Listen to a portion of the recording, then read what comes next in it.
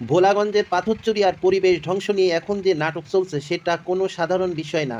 এটা রাষ্ট্রীয় পর্যায়ের লুটপাট। এখন ভিডিও ভাইরাল হলো তখন হঠাৎ করে সবাই সচেতনতার নাটক শুরু করলো, অথচ এই সিন্ডিকেট বছরের পর বছর ধরে কোটি কোটি টাকার পাথর লুট করেছে প্রশাসনের নাকের ডগায়।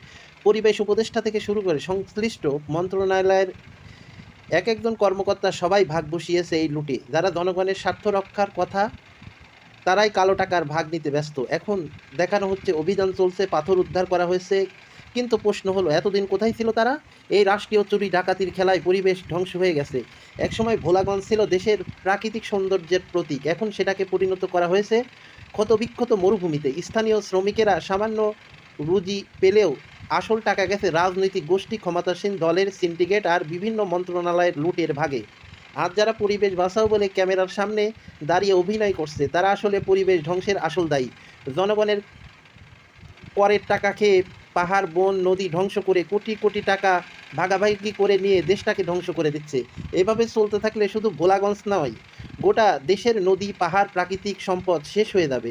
জনগণকে বোকা বানানো বন্ধ করতে হবে। এটা আর শুধু পাথর চুরি না, এটা ভবিষ্যৎ প্রজন্মের শ্বাসরোধ করা।